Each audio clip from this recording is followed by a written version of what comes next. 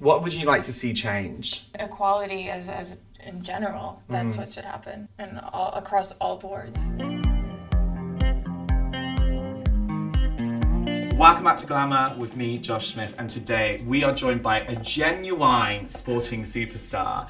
And she's the queen of Sugarpova. It's Maria Sharapova. Thank you for having me. What an intro. Well, welcome. Appreciate it. And we're twinning. We are twinning. Because twinning is always winning, Maria. Apparently. Apparently so. Yes, it is. Just to get straight into it, you have had the most epic career. And your story is so inspiring. What has determination taught you? Well, the sport itself, since starting from a very young age, so much of it was repetition and focus and grind, because it was all about numbers. The more that you did, the better you became, the more confident you became at a shot or a stroke. That mentality, I think, grew over time, and it's taking me to other parts of my career. There's so many things in a sporting career that you learn along the way. You've also had to sacrifice a lot for your life as well. Being away from my family for a long period of time is really tough. I moved to the United States from Russia when I was just at 6 years old, and I didn't see my mom for the first 2 years. So sacrifices like those, which there are no guarantees in tennis particularly, there's no guarantees in life. You do everything you can to become a champion, and you try to get the best resources if you commit yourself mentally, financially, from everyone around you for this one goal, and you never know if it's going to work out. Because what have you learned about yourself through those sacrifices, in those moments of sacrifice?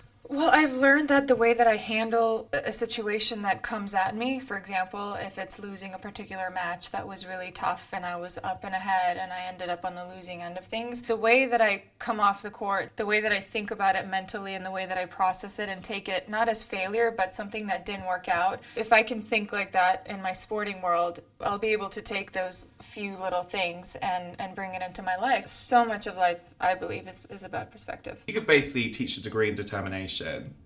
Let's get real. I don't know.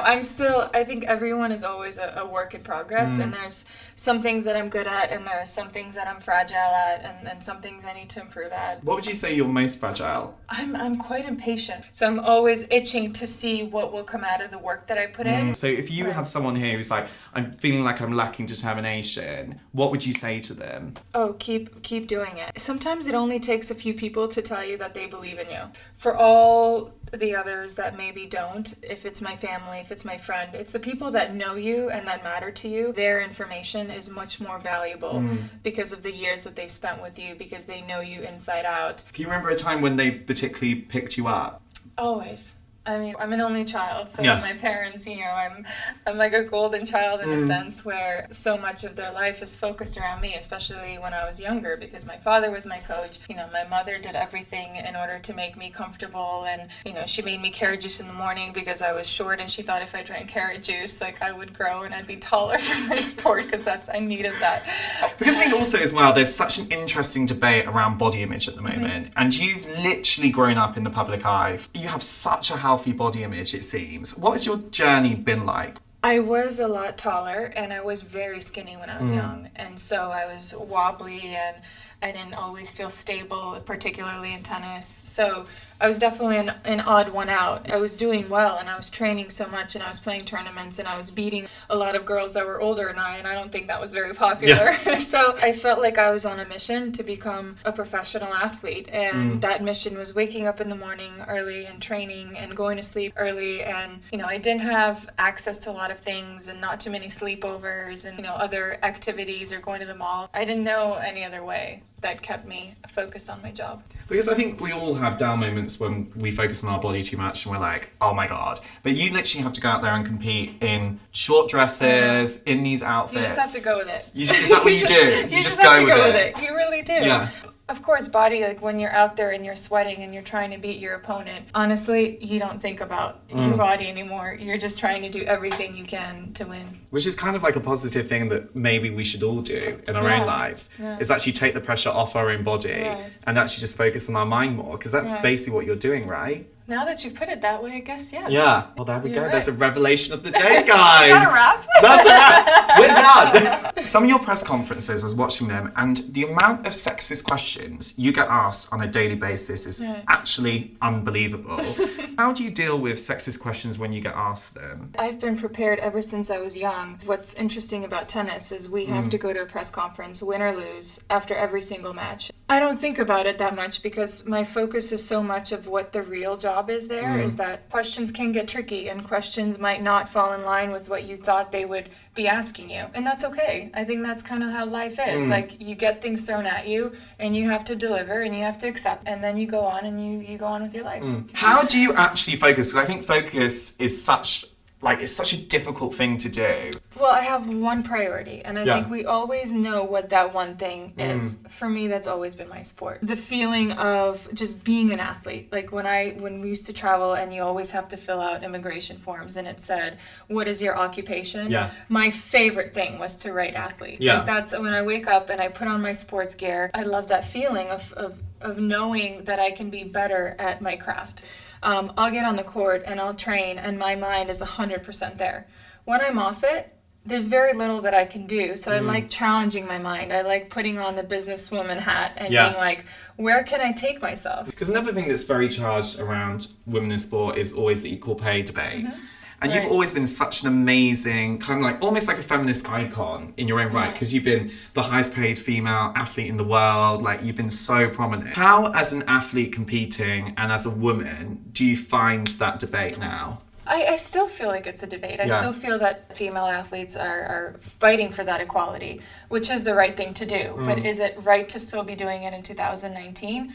No. But again, it's another thing that we have to fight for, and we do, because it's part of our profession, it's part of our life, and we always fight for what we believe in. What would you like to see change? Equality as in general, that's what should happen, and across all boards. No matter what sport, no matter what profession. What would you say has been the best piece of advice you've been given on your career journey? You know, I think you always have to keep your feet on the ground. And I mean, my mother's just an incredible example of that, because she used to always say to me when I had a tough patch, she would say, life is like a zebra. You have the white line and then you have a black line. And then when you think of it, you're like, wait, but when things are going to go well, it's not going to keep going well. She's like, I hate to tell you, but no, they're not. Newsflash, Karen.